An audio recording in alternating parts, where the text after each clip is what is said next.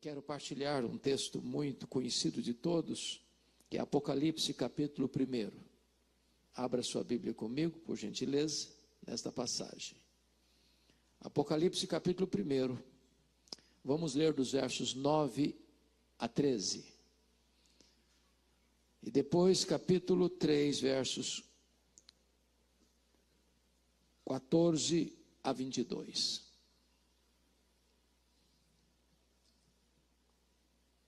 Depois o pastor Leandro mandou uma mensagem para mim, viu? Eu não escutei nada, preciso ouvir. Apocalipse capítulo 1, a partir do verso 9, diz assim: Eu, João, irmão vosso, e companheiro na tribulação, no reino e na perseverança. Em Jesus achei-me na ilha chamada Patmos por causa da palavra de Deus e do testemunho de Jesus. Achei-me espírito no dia do Senhor, e ouvi por detrás de mim grande voz, como de trombeta, dizendo: O que vês, escreve em livro e manda às 7 igrejas: Éfeso, Esmirna, Pérgamo, Tiatira, Sardes, Filadélfia e Laodiceia. Voltei-me para ver quem falava comigo, e voltado vi 7 candeeiros de ouro, e no meio dos candeeiros um semelhante a filho de homem. Agora capítulo 3, versos 14 a 22. Ao anjo da igreja em Laodiceia escreve: Estas coisas diz o Amém, a testemunha fiel e verdadeira, o princípio da criação de Deus. Conheço as tuas obras, que nem és frio nem quente. Quem dera fosses frio ou quente. Assim, porque és morno, nem és quente nem frio, estou a ponto de vomitar-te da minha boca, pois dizes: Estou rico e abastado, e não preciso de coisa alguma. E nem sabes que tu és infeliz, sim, miserável, pobre, cego e nu. Aconselho-te que de mim compres ouro refinado pelo fogo para te enriqueceres, vestiduras brancas para te vestires, a fim de que não seja manifesta a vergonha da tua nudez, e colírio para ungir os teus olhos, a fim de que vejas. Eu repreendo e disciplino a quantos amo. Sê, pois, zeloso e arrepende-te. Eis que estou à porta e bato. Se alguém ouvir a minha voz e abrir a porta, eu entrarei em sua casa e cearei com ele e ele comigo.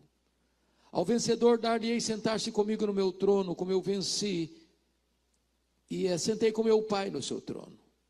Quem tem ouvidos, ouça o que o Espírito diz às igrejas. Amém.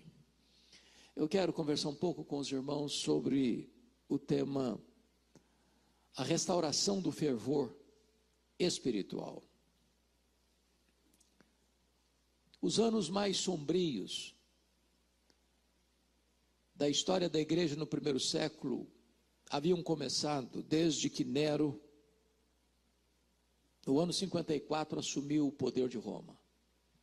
Já tinham passado pelo Império César Augusto, Tibério César, Calígula, Cláudio.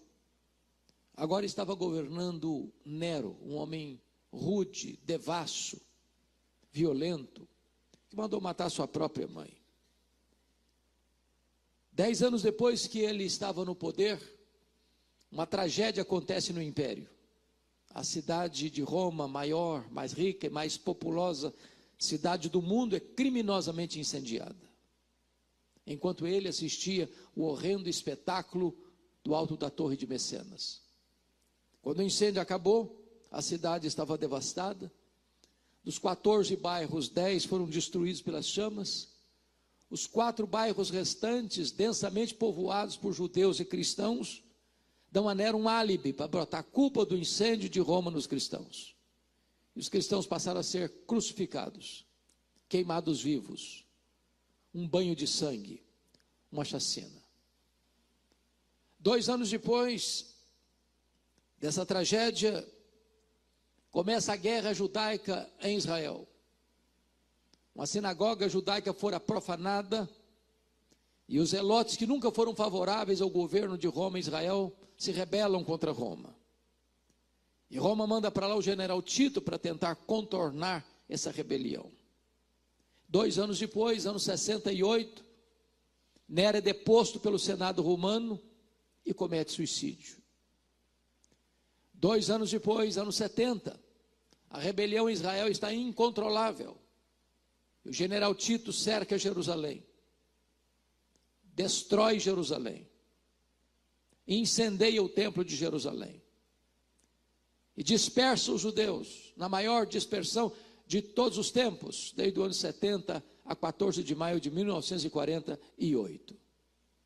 Nesse mesmo ano 70, Vespasiano inaugura o Coliseu Romano em Roma, o Anfiteatro da Morte, que numa festa de 100 dias de inauguração, mais de 10 mil crentes foram mortos com requinte de crueldade.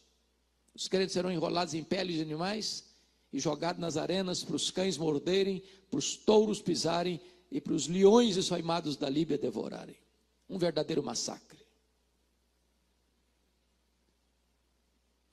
Ano 81, assume o governo de Roma Domiciano.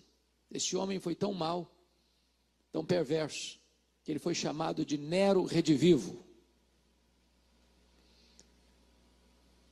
E este homem foi o primeiro imperador romano a arrogar para si o título de Senhor e Deus. Foi este imperador que deportou o apóstolo João, então pastor em Éfeso, capital da Ásia Menor, para uma colônia penal, uma ilha vulcânica do mar Egeu, a ilha de Patmos. Vale destacar que o intento de Domiciano, certamente, era calar a voz do último apóstolo de Jesus. Porque a essas alturas, todos os demais apóstolos já estavam mortos. E todos mortos pelo viés do martírio. João era o último representante do colégio apostólico. A intenção desse imperador era jogar uma pá de cal na igreja já tão sofrida e tão massacrada. Porém, quando todas as portas se fecharam para João na terra, Deus abriu-lhe uma porta no céu e disse: sobe para aqui, e eu te mostrarei não as coisas que talvez aconteçam, não as coisas que podem acontecer, eu te mostrarei as coisas que devem acontecer. Nas horas mais sombrias, dolorosas da igreja, da história da humanidade, quando os homens pensam que eles estão no controle, eles não estão no controle. Os céus mandam na terra, aquele que está no trono governa os acontecimentos da história. Então, era um dia de domingo, quando João, na ilha de Patmos, escuta uma voz atrás dele, como voz de trombeta, dizendo: o que vês, escreve em livro e manda às 7 igrejas: Éfeso, Esmirna, Pérgamo, Tiatira, Sardes, Filadélfia e Laodiceia. Quando ele se volta para ver quem falava com ele, ele não vê quem falava com ele. Ele vê os 7 candeeiros de ouro, ele vê as 7 igrejas. E no meio das igrejas, um semelhante a filho de homem. O Cristo que João vê ali não é mais aquele Cristo suando sangue em lágrimas, prostrado com o rosto no chão do Getsemane. O Cristo que João contempla ali não é mais aquele Cristo esbordoado e cuspido do sinédrio judaico. O Cristo que João vê ali não é o Cristo vilipendiado e espancado do pretório romano. O Cristo que João vê ali não é o Cristo que caminha exangue pelas ruas apinhadas de Jerusalém, sob os apupos e vaias de uma multidão ensandecida. O Cristo que João vê ali não é o Cristo suspenso entre a terra e os céus, preso no leão maldito. O Cristo que João vê ali é o Cristo da glória, é o Cristo vencedor. Seus cabelos são brancos como a neve, seus olhos são como chamas de fogo, seus pés são como de bronze polido, sua voz é como de muitas águas, as suas mãos sustentam a igreja, e o seu rosto brilha como o sol no seu fulgor. É este Cristo da glória que pode trazer para a sua igreja um grande despertamento espiritual. Você pode notar comigo, no verso 13, que João o vê no meio dos candeeiros. E eu quero dizer para você nesta noite, que Jesus está aqui conosco, no meio da sua igreja. Esta é a principal razão de estarmos aqui. Porque se ele aqui não estivesse, esse encontro não passaria de um mero encontro religioso e nada mais. Ele está aqui. Ele é a nossa esperança. Mas notem comigo o verso, capítulo 2, verso 1, onde somos informados que ele não está apenas presente, Mas está escrito que ele anda no meio dos 7 candeeiros de ouro. E Jesus está aqui hoje andando entre nós, para nos sondar, para nos corrigir, para nos exortar, para nos admoestar, para nos disciplinar, para nos fazer promessas, para nos consolar. E na medida que caminha no meio das igrejas, há um estribilho que se repete em todas as cartas. E o estribilho é este: eu conheço, eu conheço, eu conheço, eu conheço, eu conheço, eu conheço, eu conheço. Para 5 dessas 7 igrejas, Jesus vai usar a mesma expressão. Para a igreja de Éfeso, de Tiatira, de Sardes, de Filadélfia, de Laodiceia: eu conheço as tuas obras. Aquilo que você fez ninguém viu, ele viu. Aquilo que você apagou a luz e fechou a porta, ele estava lá. Aquilo que seu pai não sabe, que sua mãe não sabe, que seu marido não sabe, que sua mulher não sabe, que seus filhos não sabem, que seu pastor não sabe, que a sua igreja não sabe, ele sabe. Ninguém pode esconder nada daquele cujos olhos são como chamas de fogo. Mas para a igreja de Esmirna, ele vai usar uma outra expressão. Ele vai dizer assim: eu conheço a tua tribulação e a tua pobreza, mas tu és rico. Isso é consolador, porque ele conhece as nossas dores, as nossas madrugadas insones, as nossas noites indormidas, as lágrimas que rolam secreto no nosso rosto, nas noites mais escuras da alma. Ele sabe o que você está passando. Ele sabe as angústias do seu coração, os medos da sua alma. Mas Jesus me choca profundamente aqui, presbítero Daniel, porque o diagnóstico que ele faz é tão diferente do nosso. Ele diz para a igreja de Esmirna assim: eu conheço a tua pobreza, mas tu és rico. Você e eu temos a noção do que seja uma igreja rica, não temos? O que é uma igreja rica para nós? Uma igreja que tem muitos membros, que tem um templo suntuoso, que tem um orçamento robusto, que tem muita gente influente na sociedade. Esse é o conceito que nós temos de uma igreja rica. Mas Jesus olha para aquela igreja e diz: você é pobre, pobre na terra, rica no céu, pobre financeiramente, rica espiritualmente, pobre aos olhos dos homens, rica aos olhos de Deus. Por outro lado, a igreja mais rica da Ásia, Laodiceia, que dizia para si mesma: estou rica, sou abastada, não preciso de nada. E Jesus olha e faz um outro diagnóstico: não, você é pobre, você é miserável, você está cega, você está nua. O que é importante não é ser rica aos olhos dos homens, mas rica aos olhos de Deus. Mas para a igreja de Pérgamo, Jesus vai usar uma outra expressão. Ele vai dizer assim: eu conheço o lugar onde tu habitas, onde está o trono de Satanás. Por que Jesus disse isso para a igreja de Pérgamo?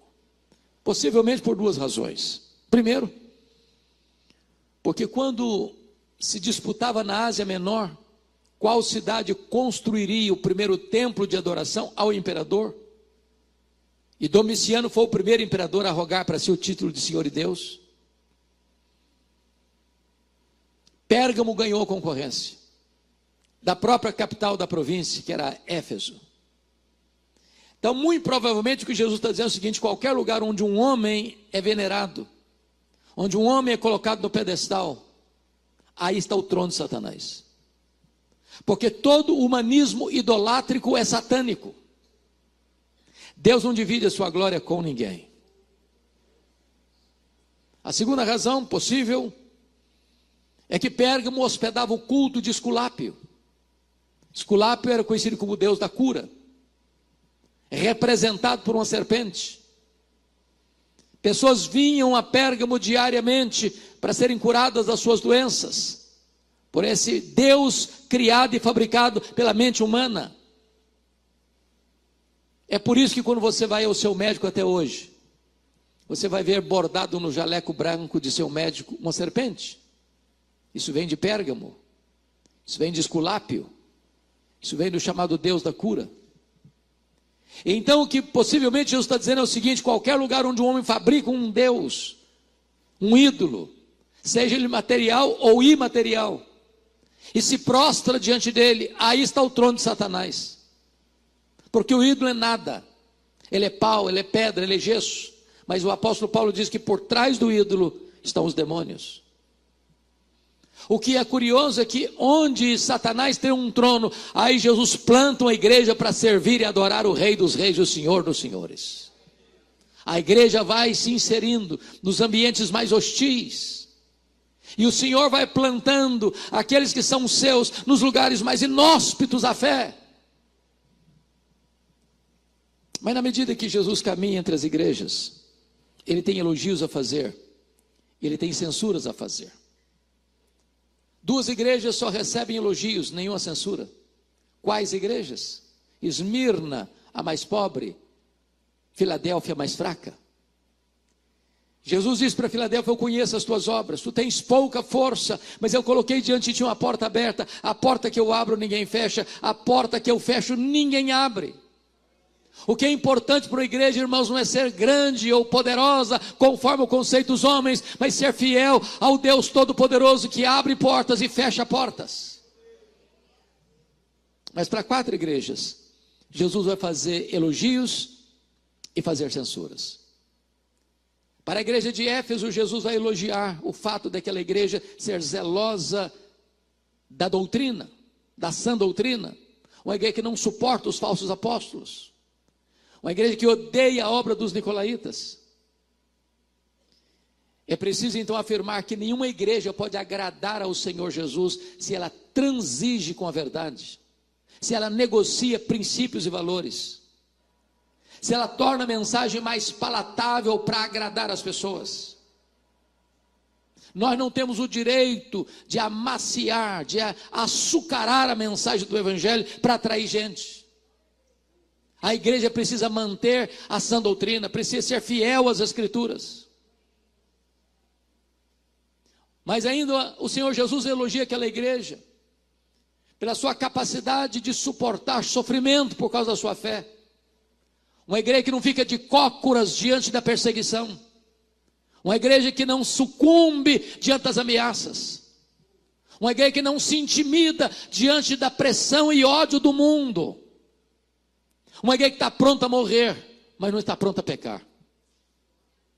Mas Jesus, por outro lado, diz para esta igreja: eu tenho, porém, uma coisa contra ti, é que tu abandonaste o teu primeiro amor.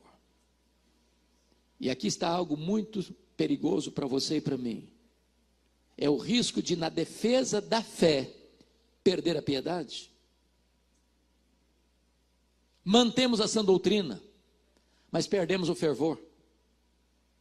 Temos luz na cabeça, mas não temos fogo no coração. Não toleramos heresias, mas nos conformamos com a mornidão espiritual. A ortodoxia, meus irmãos, é boa. Aliás, ela é insubstituível. Mas a ortodoxia morta mata. Precisamos de teologia e ética, de doutrina e vida, de credo e conduta. Não podemos separar o que Deus uniu. Agora Jesus se dirige à igreja de Tiatira e elogia aquela igreja, porque agora, quando está escrevendo para ela, essa igreja tem mais fé, essa igreja tem mais amor, essa igreja tem mais obras. Mas Jesus diz: eu tenho uma coisa, porém, contra ti, é que tu toleras esta falsa profetisa Jezabel, que está induzindo o povo à imoralidade. Notem comigo que Éfeso tinha doutrina, mas não tinha amor. Tiatira tinha amor, mas não tinha doutrina.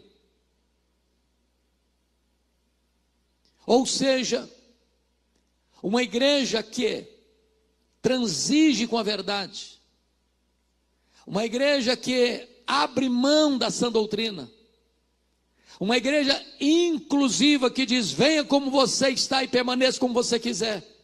Essa igreja não agrada a Jesus. Não podemos negociar a verdade. Não podemos transigir com os valores absolutos do reino de Deus. Não podemos nos render à ditadura do relativismo. A igreja de Deus tem doutrina e tem vida. Mas notem comigo que Jesus elogia a igreja de Pérgamo. Porque nessa igreja tem gente fiel, a ponto de dar sua vida para Jesus, ou por Jesus. O líder da igreja, Antipas, morreu, martirizado, diz os historiadores, que dentro de um boi de bronze encanecido. Mas enquanto tem gente na igreja pronta a dar sua vida por Jesus, a ser um mártir do cristianismo, tem nessa mesma igreja gente seguindo as doutrinas de Balaão e vivendo uma vida imoral. Isso é tão curioso. Nas minhas caminhadas por esse Brasil afora, com muita frequência as pessoas costumam me perguntar: pastor, qual a avaliação que o senhor faz da igreja evangélica brasileira? Às vezes, sabendo que eu sou um pastor presbiteriano, a pergunta é mais endereçada: qual a avaliação que o senhor faz da igreja presbiteriana do Brasil? Às vezes a pergunta é mais direcionada ainda: qual a avaliação que o senhor faz da igreja onde o senhor é pastor? A minha resposta às três perguntas é sempre a mesma. Eu respondo assim: vai muito bem. Respondo assim: vai mais ou menos. Respondo assim: vai muito mal. E sabe por que eu respondo assim, reverendo Juarez? Porque numa mesma igreja, que escuta o mesmo pastor, que participa do mesmo coral, que se assenta ao redor da mesma mesa do Senhor, tem gente cheia do Espírito Santo, tem gente capengando na fé, tem gente vivendo em pecado. E só Jesus pode dizer: eu conheço, eu conheço, eu conheço. Preguei de Sardes, que tinha um nome na cidade, uma igreja viva. Se fosse hoje, diríamos uma igreja avivada. Que quem passasse de longe ouviria o fervor nos cânticos, na adoração, no culto, na celebração, se impressionaria por demais. Jesus olha para esta mesma igreja e tem um outro diagnóstico: tu tens nome de que vives, mas tu estás morta. Só tem alguns poucos aí que não contaminaram ainda as suas vestiduras. E Jesus é chocante, porque a avaliação que ele faz é bem diferente da nossa, porque a igreja que diz que é pobre, diz: não, você é rica. Preguei que diz que é rica, Jesus: não, você é pobre. Preguei que diz que está vivo, Jesus: olha, você está morta. Preguei que é fraca, Jesus: não, eu coloquei diante de você uma porta aberta. Então aprendemos uma coisa: o que é importante não é o que as pessoas dizem a nosso respeito. O que é importante não é o que nós pensamos a nosso respeito. O que é importante é o que Jesus diz a nosso respeito. Eu conheço, eu conheço, eu conheço. É digno de destaque que a única igreja das 7 que não recebe nenhum elogio de Jesus é a igreja de Laodiceia. E agora vamos para o capítulo 3. E ao mesmo tempo também é curioso que é a única igreja que rasga, desabrida os elogios a si mesma. É a igreja que coloca todas as virtudes elencadas e tica cada uma delas com nota máxima. É uma igreja que forma um grande coral de todos os seus membros e canta o hino "Quão grande és tu" diante do espelho. É a igreja que bate palmas para ela mesma. E Jesus está sentindo náusea. E não encontra nada para elogiar. Eu não sei se vocês perceberam, mas pelo menos os 2 oradores que me precederam deram muita ênfase na questão da humildade, mostrando que nós precisamos tirar a indumentária da soberba, da vaidade, dos pretensos direitos. Penso que Deus está nos falando da necessidade que nós temos, se queremos avivamento, nos humilharmos debaixo da mão poderosa do Deus Todo-Poderoso.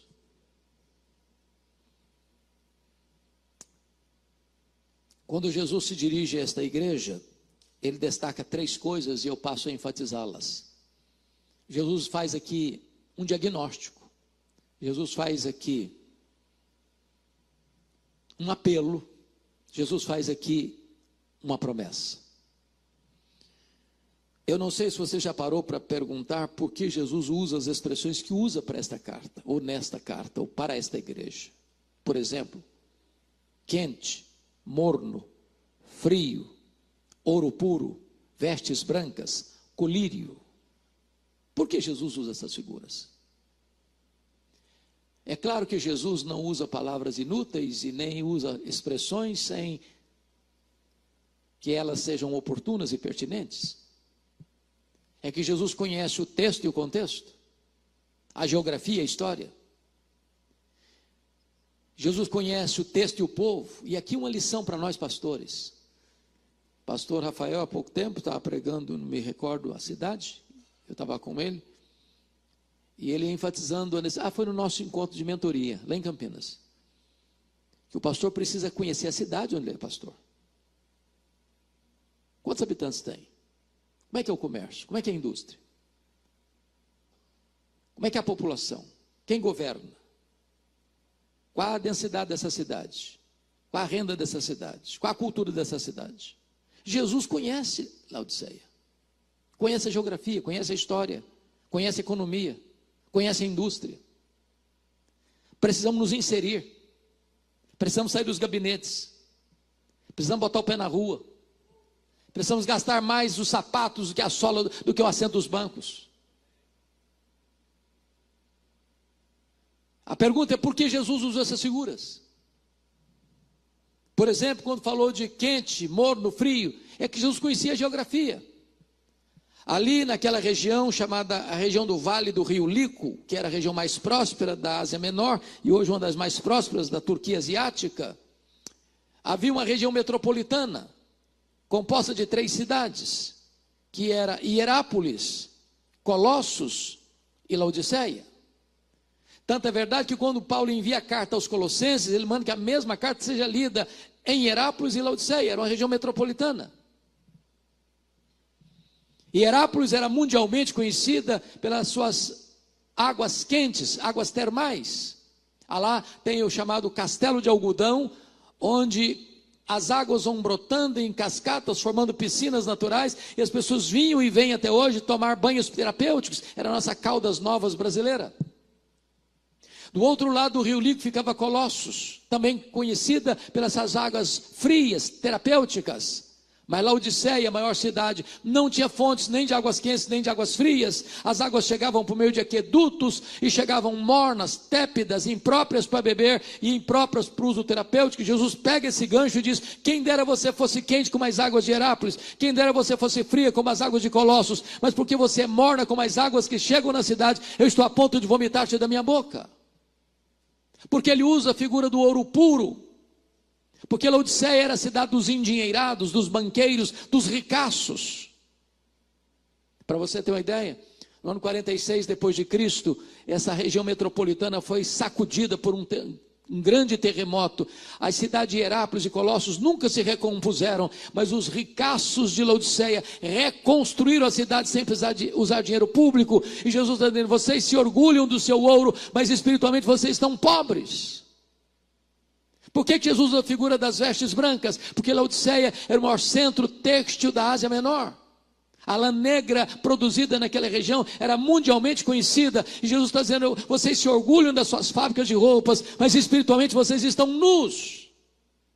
Por que ele usa a figura do colírio? Porque Laodiceia era o maior centro oftalmológico da Ásia Menor. Havia muitas clínicas de tratamento de olhos. Havia um remédio quase milagroso ali, o pó frígio. E Jesus está dizendo o seguinte: vocês se orgulham das suas clínicas de tratamento de olhos, mas espiritualmente vocês estão cegos. O que Jesus está fazendo? Um diagnóstico. O que mais me choca não é, pastor Leandro, o que Jesus vê, mas o que ele não vê. Percebam comigo que Na igreja que Jesus só censura e não faz elogio, não há nenhuma denúncia de Jesus de problema doutrinário. Não tem falsos apóstolos, não tem falsos profetas, não tem doutrina de Jezabel, não tem doutrina de Balaão, não tem doutrina de Nicolaíta, não tem heresia. Diríamos nós hoje que a igreja de Laodiceia é uma igreja ortodoxa, mas está causando náuseas em Jesus. Leia as cartas, e vocês não verão nenhuma denúncia de Jesus de problema moral na igreja. Tem problema moral em Pérgamo, tem problema moral em Tiatira, tem problema moral em Sardes. Não há denúncia de Jesus de qualquer escândalo, de qualquer pecado, de qualquer problema moral na igreja de Laodiceia. Diríamos nós, é uma igreja ética. Leia as cartas e você não verá nenhuma denúncia de Jesus de problemas financeiros, problemas materiais. Era uma igreja próspera, rica. Os teólogos da prosperidade não fariam sucesso lá, todo mundo já era rico. Leia as cartas e você não verá nenhuma denúncia de Jesus de perseguição. Tem perseguição religiosa em Éfeso, tem perseguição política em Pérgamo. A igreja de Laodiceia era uma ilha de paz, no meio de um mar revolto de perseguição. Mas Jesus olha para essa igreja e diz: eu estou a ponto de vomitar-te da minha boca. O que Jesus não viu nessa igreja? Ou o que Jesus mais queria ver nessa igreja? Qual era o problema dessa igreja? E o problema dessa igreja, meus irmãos, era a falta de fervor espiritual. Não tem nada que fere mais o coração do nosso Redentor do que um crente apático, morno, insosso, no ponto morto, no automático, crente nominal.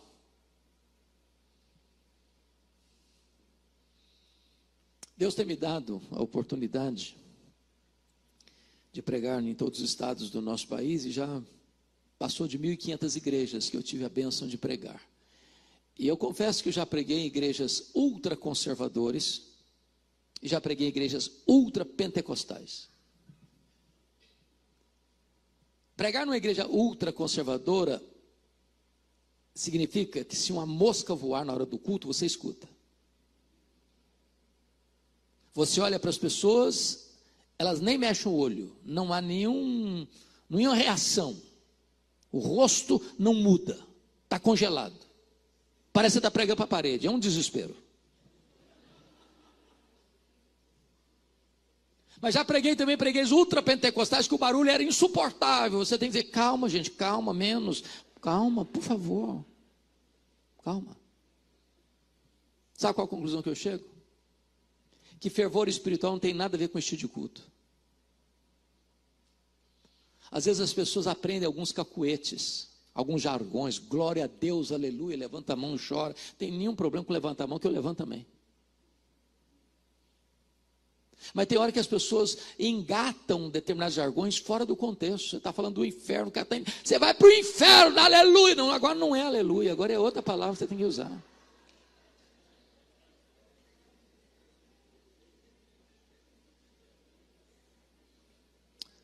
Conclusão, irmãos, eu não tenho dúvidas de que o maior problema da igreja evangélica brasileira, das ultras conservadoras, das ultras pentecostais, é falta de fervor espiritual. Falta choro pelo pecado. Falta arrependimento verdadeiro. Falta quebrantamento. Falta cingir a toalha e pegar a bacia. Falta fome de Deus. Falta santidade. Falta avivamento. Falta quebrantamento. Falta a volta para o Senhor. Essa é a maior necessidade nossa. É de um poderoso avivamento espiritual. Isso não tem nada a ver com estilo de culto. Isso tem a ver com um coração quebrado na presença do Deus Todo-Poderoso. Depois que Jesus faz esse diagnóstico, ele vai fazer um apelo. E o verso 18 nos choca de novo, porque ele é o cabeça da igreja, ele é o dono da igreja, ele é o senhor da igreja, e ele se aproxima dando um conselho. E ele se apresenta como um mascate, como um vendedor ambulante. Ele tem um produto para vender, essencial, e o preço é de graça. Aconselho-te que de mim compres ouro refinado pelo fogo, para te enriqueceres, vestiduras brancas para te vestires, a fim de que não seja manifesta a vergonha da tua nudez, e colírio para ungir os teus olhos, a fim de que vejas. O que é que ele está nos ensinando? Preste atenção nisso. Na busca do avivamento, às vezes nós podemos nos perder. Os cabecinhas brancas como eu se lembram da década de 90, dos nossos congressos de avivamento, Brasil afora.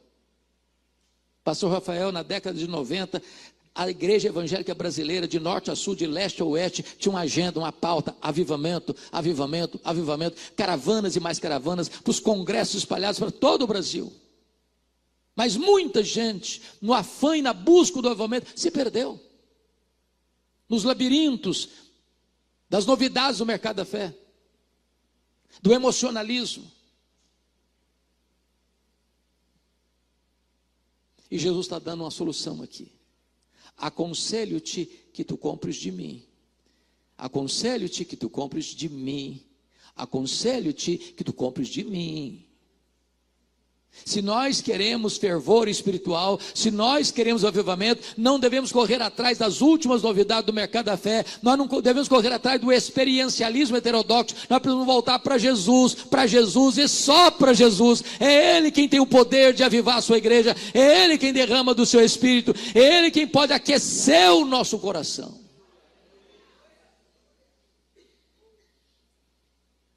Quando chega no versículo 19, Jesus tem uma afirmação a fazer e uma ordem a dar. E a afirmação é essa: eu repreendo e disciplino a quantos amo. E a ordem é: sê pois zeloso e arrepende-te. Eu não sei quanto a vocês, pastores aqui presentes, não sentem um certo desconforto em pregar nesse texto. Eu sinto. A linguagem é pesada demais. Eu não sei quanto a vocês, mas para mim, náusea é pior do que dor. Se você está nauseado, você está em pé, está ruim. Você senta, piora. Deita, ficou pior ainda.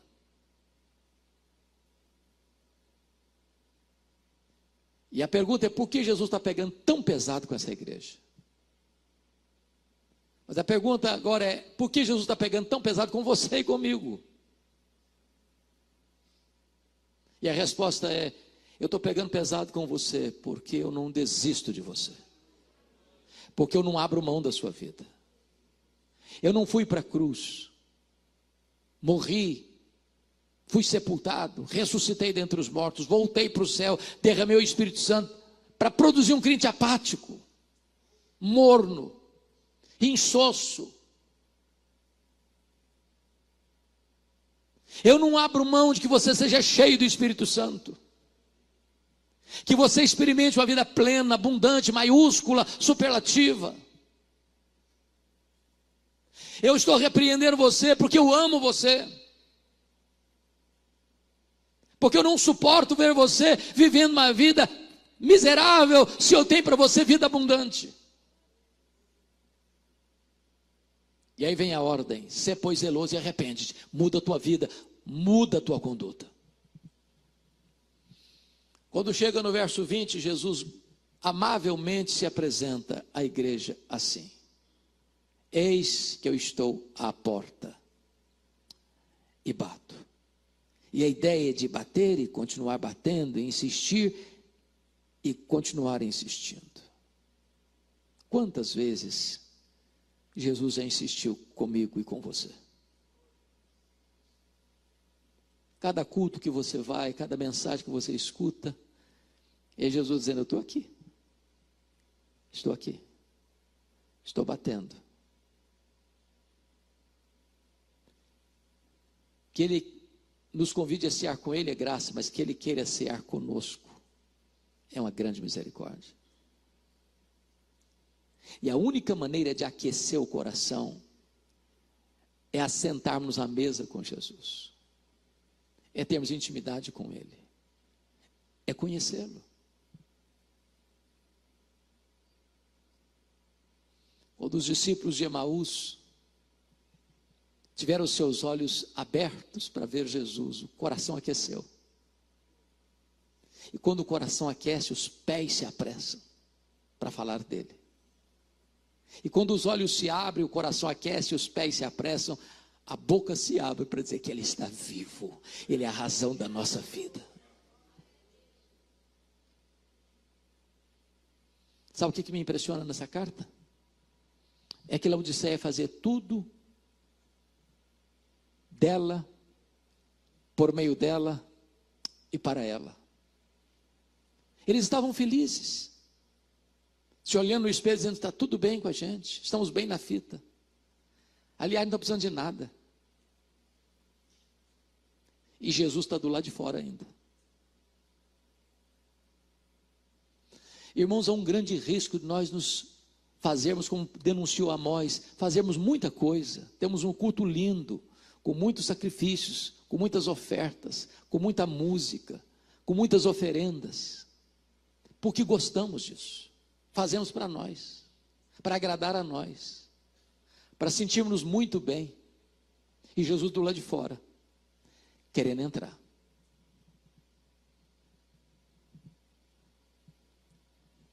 Esta não é uma convocação apenas coletiva, ela é individual. E Jesus está aqui hoje, batendo a porta do seu coração, querendo intimidade com você. Talvez há muito tempo você já botou sua vida espiritual no piloto automático. Você frequenta a igreja, você é líder na igreja, você ensina na igreja, você canta na igreja, você trabalha na igreja. Você realiza toda a agenda da igreja. E essas coisas estão acontecendo continuamente, cotidianamente, mas já não mexe mais com você. Não toca mais sua alma. Há poucos dias, pastor Leandro, um pastor me ligou, aqui no Brasil. E eu percebi que ele estava chorando do outro lado da linha. E ele me disse, pastor Hernandes, a única coisa que eu me tornei é um fabricante de sermão e nada mais. Isso não mexe mais comigo. Me tornei um profissional da religião. Eu li a Bíblia automaticamente. Eu não sei o que é mais me deleitar na Bíblia. Eu não sei o que é mais ter o coração aquecido pela presença de Jesus. E eu não sei se tem alguém assim hoje aqui. Mas esse encontro à Viva Bahia foi marcado por essa razão, para que o seu coração volte a queimar. Que o fogo do altar volte a estar aceso. Que a sua alma possa ser tomada nesta noite pelo poder do Espírito Santo e você experimentar uma visitação do céu na sua vida.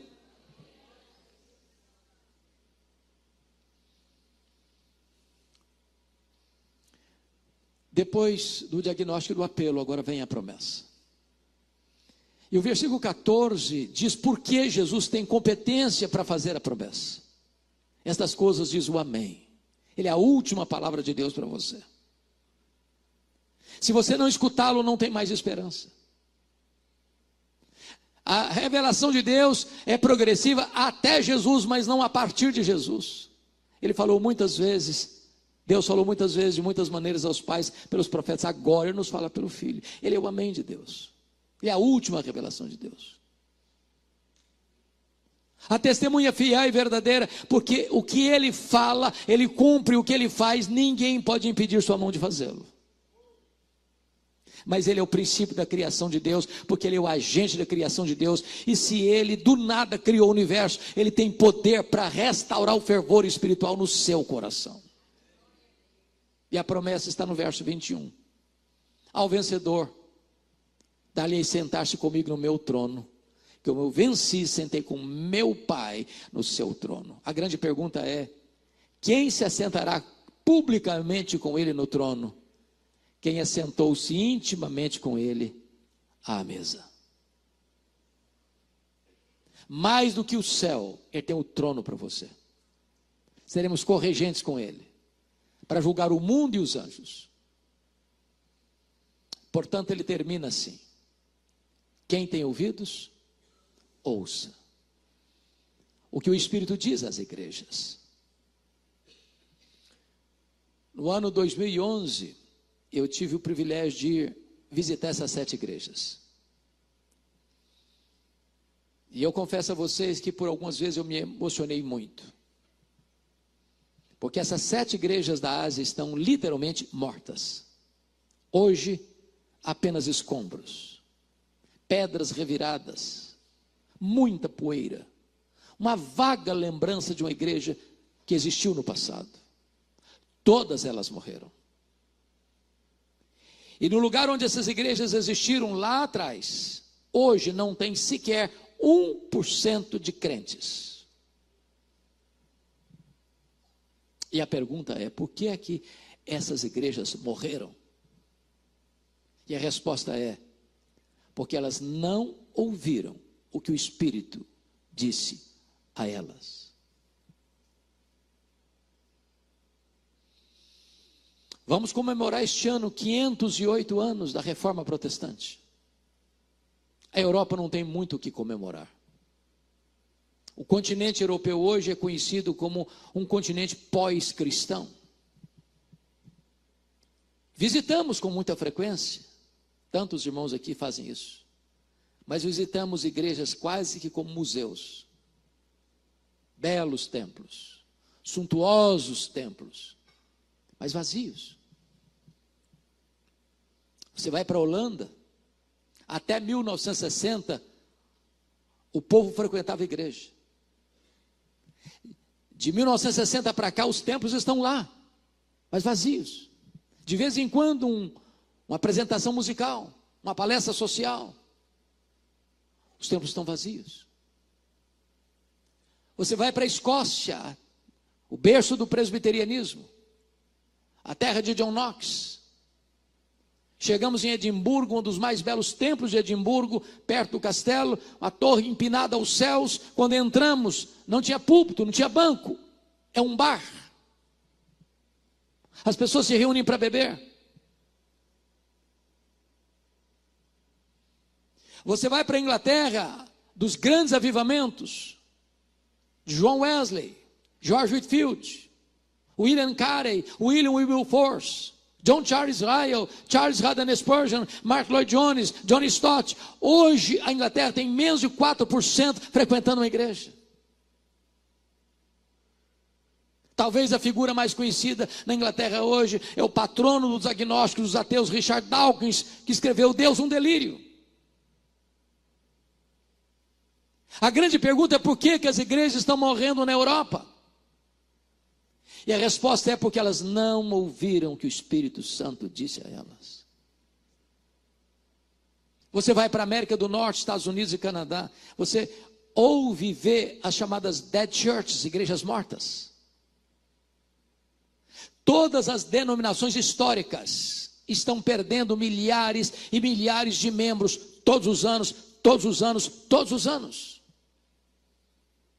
Seminários que formaram pastores, teólogos, missionários para o mundo, tomados de assalto pelos liberais e ensinam ceticismo hoje. Eu tive alguns anos em Princeton, onde o nosso missionário pioneiro, Ashbel Green Simonton, se formou, de lá veio para o Brasil. Pastor Rafael Abdala, eu vi os livros que seriam estudados naquele ano, não tinham um sequer de linha ortodoxa. Aliás, tinha um livro de uma teóloga americana que censurava a igreja brasileira por não considerar o candomblé uma legítima vertente do cristianismo. Há pouco tempo eu fui pregar num congresso lá próximo de Nova York, e fui pregar no final daquele congresso numa igreja Assembleia de Deus. E o pastor me levava do hotel à igreja, era meia hora de carro, e nesse trajeto de meia hora de carro, ele me mostrou 11 templos que estavam sendo vendidos, porque não tinha mais gente para frequentar. A pergunta é: por que as igrejas na América estão morrendo? E a resposta é: porque elas não estão ouvindo o que o Espírito Santo diz a elas. Agora olha para o Brasil. Olha para o Brasil. E você verá denominações que já sucumbiram ao liberalismo. Seminários que não creem mais que este livro é a palavra de Deus.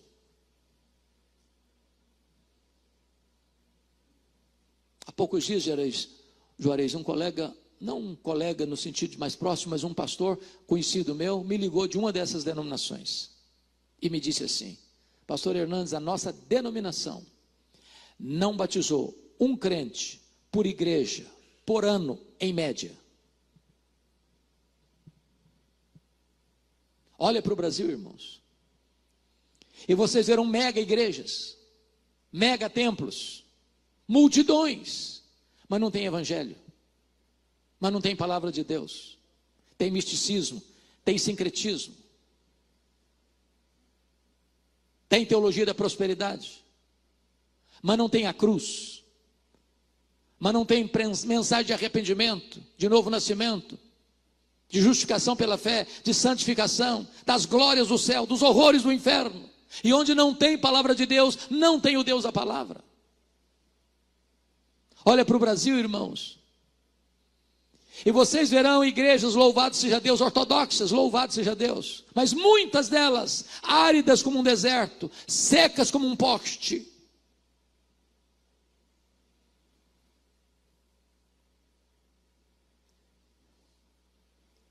Eu não sei quanto a vocês, mas isso mexe muito com o meu coração. Como você e eu precisamos desse sopro do Espírito Santo.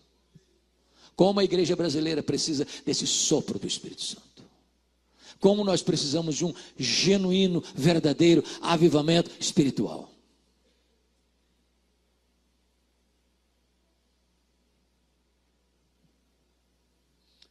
Basta 3 gerações para uma igreja se perder. A geração que nasceu, que saiu do Egito, morreu no deserto. A geração que nasceu no deserto, entrou na terra prometida.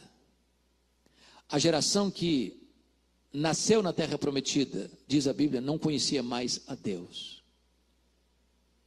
Até parece, presbítero Daniel, que os nossos avós foram mais crentes que os nossos pais. Que os nossos pais foram mais crentes do que nós. E até parece que nós estamos sendo mais crentes que os nossos filhos. Que Deus nos ajude a ver nos nossos dias uma poderosa visitação dos céus, um poderoso reavivamento espiritual, um derramamento do Espírito, um sopro do Espírito, para tirar as cinzas, reacender as brasas e trazer um tempo de restauração para a sua igreja. Que Deus ajude, que a Bahia seja este ponto inicial e que daqui se espalhe este vento do Espírito para outras regiões da nossa pátria, quiçá no mundo inteiro. Que Deus nos ajude. Amém.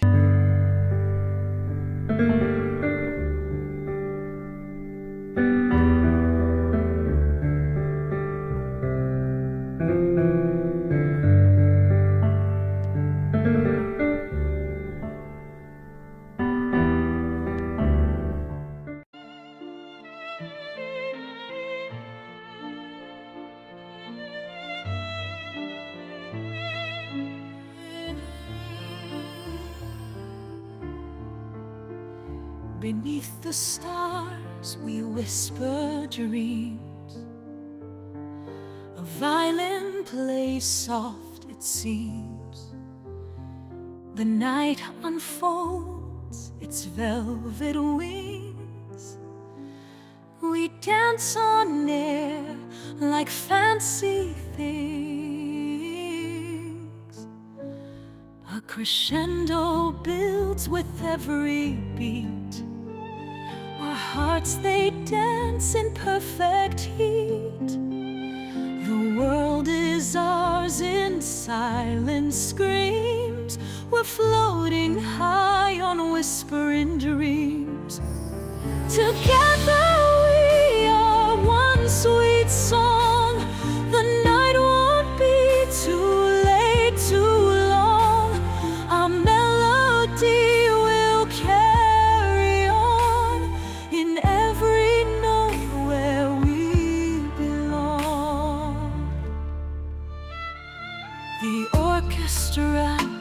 wells to life.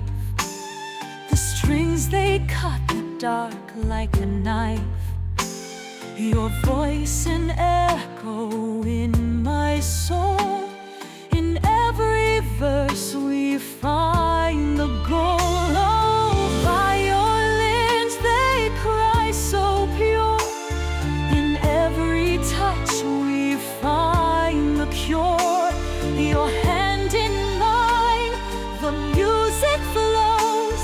In whispered dreams, the magic grows.